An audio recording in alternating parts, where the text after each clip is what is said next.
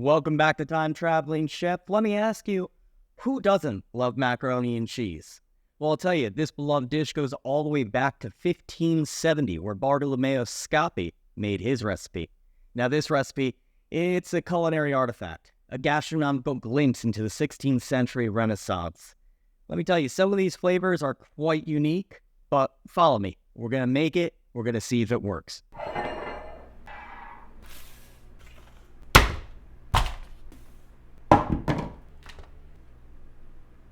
Imagine stepping back into the Renaissance, an era of flourishing arts and sciences, rebirth and discovery.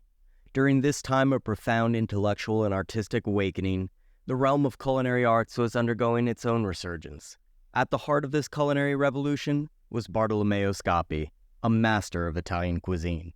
Scappi, the personal chef to cardinals and popes, wasn't merely a cook, but a maestro of the culinary arts.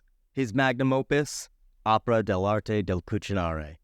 This cookbook, which served as a testament to his genius, detailed over 1,000 recipes and enlightened readers on a variety of cooking techniques.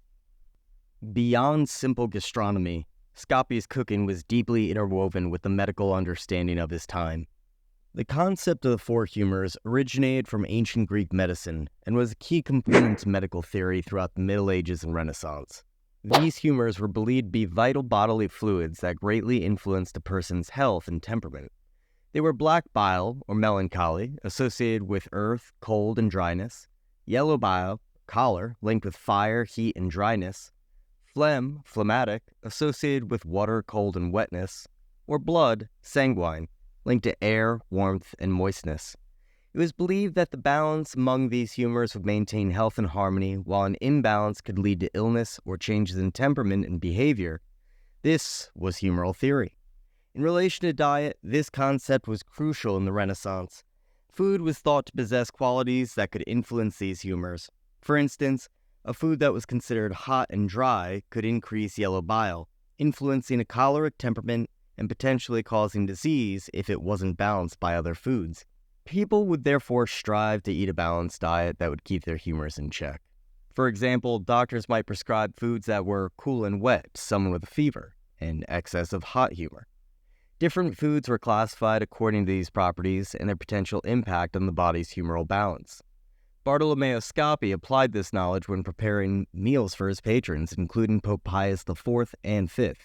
He would carefully select ingredients not just for taste, but for their humoral properties, thus integrating health and nutrition within his culinary artistry.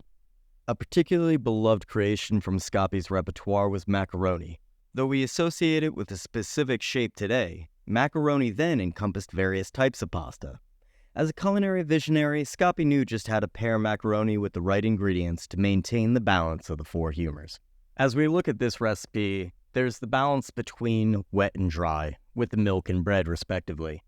Rosewater was considered cold and the cinnamon considered warm.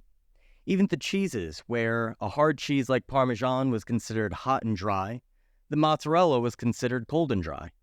All of these ingredients together working in harmony to produce humoral balance.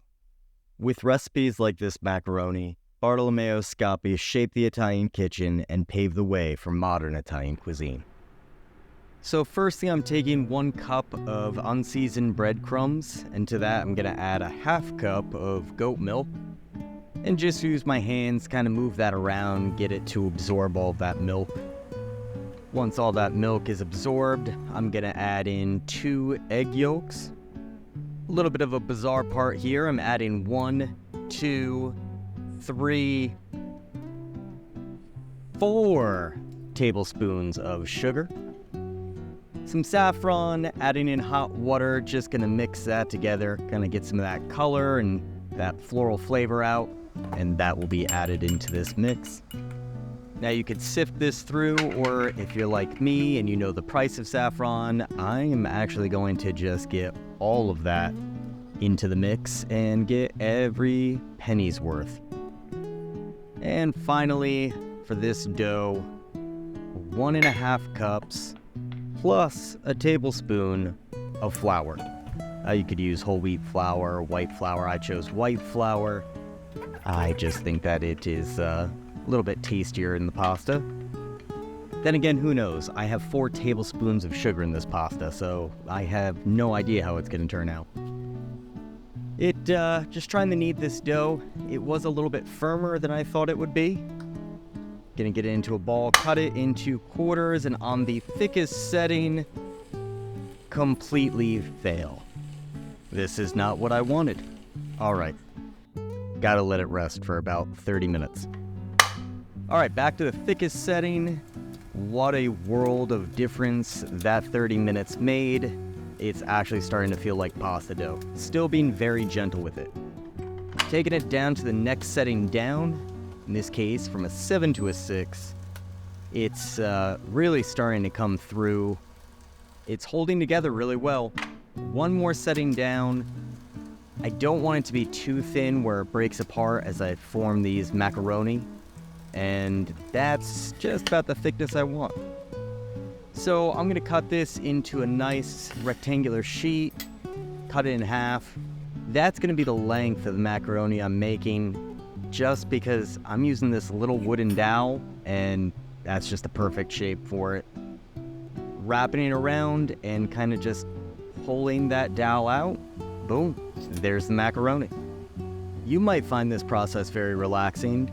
I don't. I have very little patience, and that's why I ended up making just enough for one serving. My fingers hurt. The pasta is drying in the oven for about 30 minutes at 170 degrees Fahrenheit. During that time, I'm gonna boil up some goat milk. I'm choosing to cook the pasta in goat milk. That's what they would have done during Lent, but you can boil this up in meat stock. So now I'm gonna start the process of building this. It's kind of like putting together a ziti or a lasagna. It's gonna be layers of Parmesan cheese, cinnamon, sugar, and mozzarella. So I'm just cubing up some of this buffalo mozzarella to put on top of there, layering it with that cooked pasta, which I strained really well out of that milk. I didn't want it to be too wet. Again, another layer, Parmesan, cinnamon, and sugar. It's just saying that all together and watching this is very bizarre. And then more of that buffalo mozzarella. And you're just gonna continue repeating this process until you run out of ingredients. If you're anything like me, the first ingredient you're gonna run out of is gonna be that pasta. I couldn't help but laugh while making this because it's just so much sugar and so much cinnamon. Really, it was like a churro. Bake at 350 for 20 minutes, and if you want a golden top, broil for 1 minute. All right. It looks pretty good, and it actually smells pretty good. Last step is just finish it off with a little bit of rosewater, and I'm going to brush it with rosewater, just so this doesn't come pouring out all over.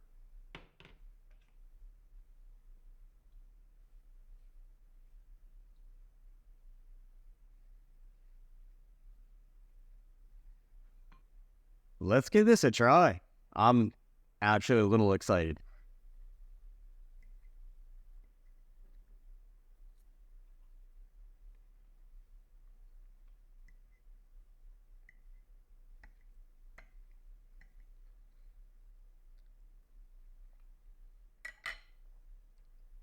I'm blown away right now. This is very good. Way better than I thought it would be. Bartolomeo Scappi, 1570. What a dish. The warmth from the cinnamon, the sugar, really plays well with the richness of the cheese. And then I have to say, the floral, the aromatic notes from the rosewater really elevates this dish. It just kind of cuts through that richness. It's like different tiers of flavor. I'm really enjoying this. Way more than I thought I would.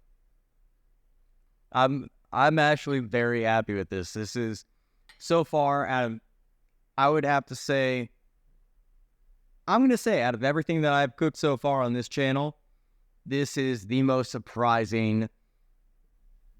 It's the best. At least the most surprisingly good recipe that I've made. You definitely should try this out. It's worth your time. And really, it's not that hard to make. As for rating, I give this 9.5 out of 10, easily. I'm trying not to just go too crazy and give it a 10 out of 10. I think I'm just a little too shocked right now. And if you enjoyed this video, hit that like button. If you got an idea for a recipe, let me know in the comments, and I'll see you next week.